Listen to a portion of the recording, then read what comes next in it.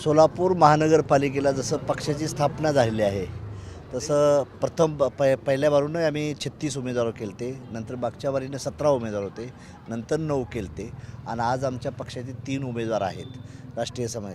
आणि आत्ता मी सध्याला संपन्ना दिवाण म्हणून संपन्ना चंद्रकांत दिवाकर यांचं 24D मध्ये कबशी चिन्ह आहे, त्याच्या प्रचाराच्या रॅलीसाठी आज आलो आहे. काल मी सांगलीला होतो, आज सोलापूर करून संध्याकाळी 6ची सभा माझी परभणीला आहे. नंतर जालना, छत्रपती संभाजीनगर, नाशिक, अकोला, चंद्रपूर पनवेल, मुंबई आणि नालासोपारा, वसई अशा मतदारसंघात आम्ही महाराष्ट्रभर राष्ट्रीय समाज पक्षाचे कॅन्डिडेट उभा केलेले आहेत. आणि मी आजच्या प्रचाराला आलो आहे. आत्ताच मी आल्यानंतर बघितले तर महिला 4 दिवसातून पाणी येतं या. म्हणजे हा विकास कुठला आहे? पाण्याची सोय नाही, रस्त्याची सोय नाही, भयान अवस्था आहे. महाराष्ट्रभर फिरतोय, ह्यांचा रस्ता फक्त शक्तिपीठात आहे आणि कोस्टल रोडमध्ये आहे. आणि सामान्य माणसाचं जीवन हे फार हतबल करून ठेवलेलं आहे.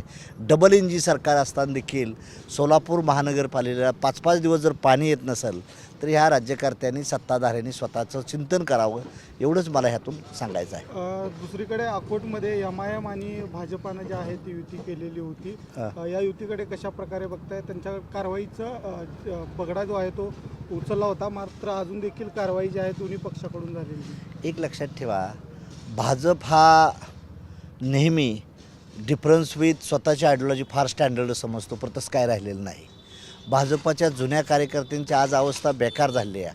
आमच्या सुभाष देशमुख साहेबाची आणि आमच्या मालक देशमुख साहेबाचीच अवस्था पहा. हे दोघं माझे चांगले मित्र आहेत. मी मंत्री होतो तेव्हा ते आम्ही मंत्रिबळ बरोबरच होतो. त्यामुळे त्या दोघांचीच अवस्था बेकार आहे. त्यामुळे सामान्य कार्यकर्त्याची काय अवस्था असणार आहे?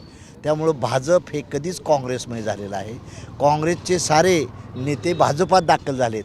त्यामुळे ओरिजिनल भाजपवाले आहेत, त्यांनी काय करायचं, सतरंजा उचलण्याची भूमिका करावी. आणि मला अपेक्षा आहे, काल सांगलीत देखील मला बरेच जुने भाजपाचे काही कार्यकर्ते भेटले, तर त्यांनी फार हीच खंत व्यक्त केली.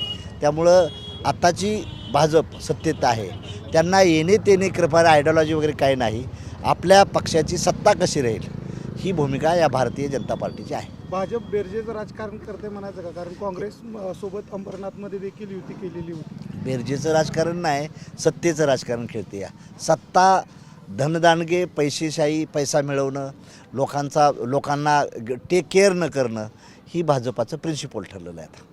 छोट्या पक्षांचं भविष्य जे आहे ते प्रभाग रचना आहे, मोठ्या प्रमाणात मोठा मतदार आहे प्रभागामध्ये, मात्र छोटे पक्ष जे आहेत ते कमकुवत होताना चित्र त्यांची पॉलिसीच अशी आहे. आपली रिपब्लिकन पक्षासोबत इथे युती झालेली. त्यांचं कसं आहे की या राज्यामध्ये, देशामध्ये फक्त 2च पक्ष राहावत असं भाजपाची रणनीती आहे. पण आम्ही ह्यांचं बाप आहे, आमच्या जीवावर भाजप सत्तेत आणलं होतं. आम्ही जिकडं असू तिकडं पारडं जड होतं या. त्यामुळे आता आम्ही वेळ आली तर काँग्रेसला सत्ता द्यायचा प्रयत्न करू, पण ह्यांची, भाजपवाल्यांची ही सत्ता आम्ही जिरवू.